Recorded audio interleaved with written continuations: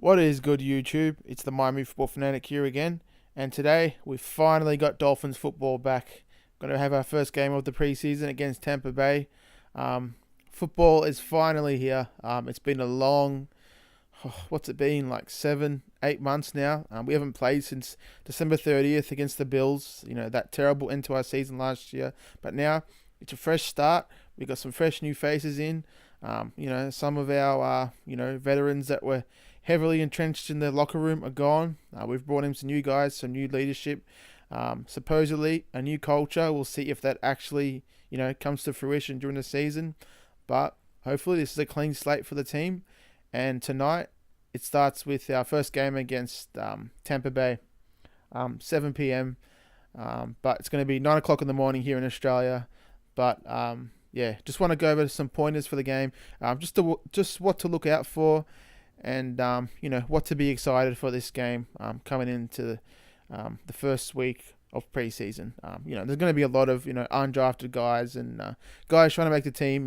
Getting a lot of snaps. So it's going to be nothing special. But I'm a Dolphins fanatic. I absolutely love the team and the NFL, and I just love analyzing these games, trying to figure out who's going to make the team, who's going to be with the Dolphins moving forward. But just want to point out some things to look for in this game, and where else to start than with our quarterback Ryan Tannehill.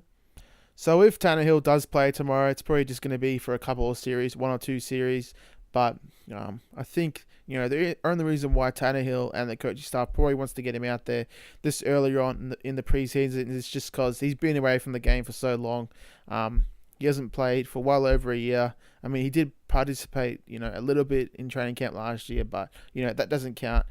He hasn't seen live game action for way over a year. So he has to get out there, get his feet wet, get a feel for the game again. Get out there with his linemen, his receivers, his skill players, lining up guys, getting the offense into position, just getting things going. So I think that if he wasn't away from the game as long as he has been, he definitely wouldn't be playing till week 2 or 3. But Tannehill, we all want to see what he looks like out there. We want to see how he's looking physically. Apparently, as all the guys and players and beat writers are saying, apparently he's moving like the old Tannehill. And he said that he feels 25 himself, but we got to see it in live game action. He is going to be wearing the knee brace, but hopefully that doesn't hinder his movement too much. But we want to see how he spins the ball, how he moves out the pocket, and just his overall play out there and how he leads the offense. So hopefully he doesn't play much week 1, but if he does, probably a series or 2. So Tannehill, want to see how he looks.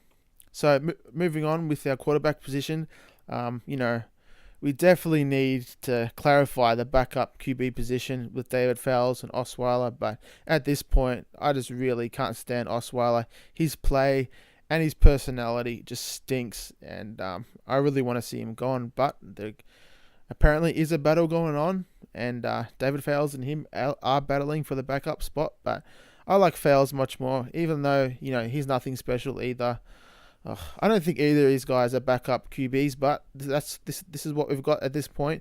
Bryce Petty, hasn't been anything special in camp, so these are the 2 guys we've got, Fowles and Osweiler. Not much we can do about it. Is to try and get the best guy possible to back up Tannehill. But if Tannehill does go down with the season-ending injury, tap wood or plastic wood, it's the season's over for us. We're going to win maybe 4 to 5 games, 5, 6 games maybe, if we get lucky. So Tannehill, he's got to stay healthy. The 2 backups, I'm not excited about. But we need clarification. We need to see Fales or Osweiler play well to win the spot. But, we've still got another 3 weeks of preseason games after this game. But we definitely need clarification for who's going to be the backup QB. And hopefully it is not Osweiler. I just cannot stand that guy. And I'm sure a lot of you out there agree. The guy is just an absolute douche. Okay. So the next thing I'm looking forward to seeing out there on the field is a healthy Raekwon McMillan.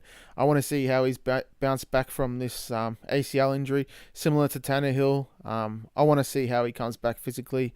Apparently, they've been saying that he's looking good. He's looking like he's at full speed, and McMillan himself said that he is at 100%. So Raekwon, I really want to see him.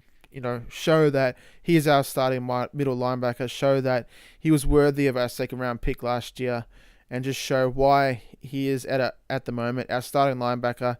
Just all signs are pointing to him being just an absolute beast, the perfect middle linebacker that we've needed for many years now. But I just do not want to see him on special teams. It was a year ago when he tore his ACL on the very first snap of special teams. So please, Dolphins, do not put him out there on special teams. Just if he gets injured playing base defense, that's fine, but just do not put him out there on special teams. I cannot stress it enough. He's so important to this team, and we need him desperately for this defense. In the middle of this defense, just the anchor of the defense, getting everyone lined up, getting the defense into our sets. So Raekwon, do not play special teams. Dolphins, just keep him away from special teams. Please, please do not play special teams, Raekwon. But I'm really looking forward to seeing him this preseason. I'm not sure how much he's going to play the first game, but, looking forward to seeing him out there during the exhibition season. Another thing I want to see tonight is just how good Torrey McTyer actually is. He's been playing a lot of snaps with the first team defense. He's gone to, the fifth guy on the depth chart to getting, a number of snaps with the first team defense, getting more than Tankersley and Lippert. But, Torrey McTyer, apparently he's been playing just out of his mind this training camp, and I really want to see it out there on the field. I want to see just how he matches up with other receivers, not going up against the Dolphins receivers. He's been going up against, the same guys for weeks now. So want to see how he fares against other guys, like Chris Godwin or, depending on how much Mike Evans plays. But and through the preseason. But I just really want to see how he matches up and just how he looks. If he truly is a starting corner, and if he's worthy of lining up opposite of Xavier Howard. Another thing that I want to see tonight, and that I'm definitely looking forward to, is just what the rookies are going to look like. Minka, Mike Gesicki, Jerome Baker, Callum Ballage, Smythe. Not really Smythe, but I want to see just what Minka looks like. Out there against NFL caliber talent. I want to see if Gesicki's the real deal. If all this hype in training camp is is worth it. We've finally got an athletic tight end that can make it happen, and I really want to see him do that in the preseason, make it, a couple of splash plays, just really show that playmaking ability, and just, those awesome skills that he possesses at tight end. We haven't had a guy this athletic in a very long time. I mean, Charles Clay was pretty athletic, but he wasn't the kind of athlete that Gesicki is. Gesicki, he's got the height, he's got the speed, he's got the hands, he's got the body control. The guy is just the full package, at tight end. Obviously isn't a great blocker for the time being, but I just want to see him make it happen during the preseason. I want to see all that hype, come to a head out there on the field, come to fruition. Jerome Baker, all signs point to him, not being completely comfortable with the playbook at the moment, kind of not being comfortable with what he's doing, kind of not understanding, what is actually going on with the defense. The linebacker coach kind of did imply that he's kind of behind. He's just kind of in that mold. He needs to mature. He's kind of in the mold of a college linebacker. He has to mature and turn to professional. But I just want to see him flash that athleticism out there in the field, just that ability to cover guys, just to make up ground. As a speedy NFL linebacker, you see guys like Miles Jack and Tevin Smith of Jacksonville. Sorry about that, but yeah, just guys that have that incredible speed. They are just dominating the NFL. And Jerome Baker, I want to see if he's that kind of guy, and if he is worthy of our third round pick. Another thing that I'm looking forward to seeing tonight and hopefully throughout most of the preseason is just these young wide receivers stepping up and making the case for making the team. Guys like Leonte Carew, Isaiah Ford, Drew Morgan, Rashawn Scott. I'm sure there's another guy missing there, but these guys just really have to show why they're worthy of sticking on the team, with our receiver room just being incredibly deep this year with Stills, Parker, Amendola, Albert Wilson, Jakeem Grant. That's already 5 guys deep right there. So these guys really have to flash and show why they're worthy of being on the roster. But Isaiah Ford, I really like the guy. I really think he can be a great talented piece for us, a nice depth piece at receiver. But I also liked Leonte Carew coming out of college, but he obviously has been kind of just inconsistent and immature, not in his playbook enough, just kind of being confused with the whole NFL game and the whole, NFL life and being professional. But hopefully Carew turns the corner, coming into his third year. But yeah, may the best guy win. Whoever plays the best during the preseason is going to make the team. But at this point, I would say I think that Isaiah Ford is more safe than Carew.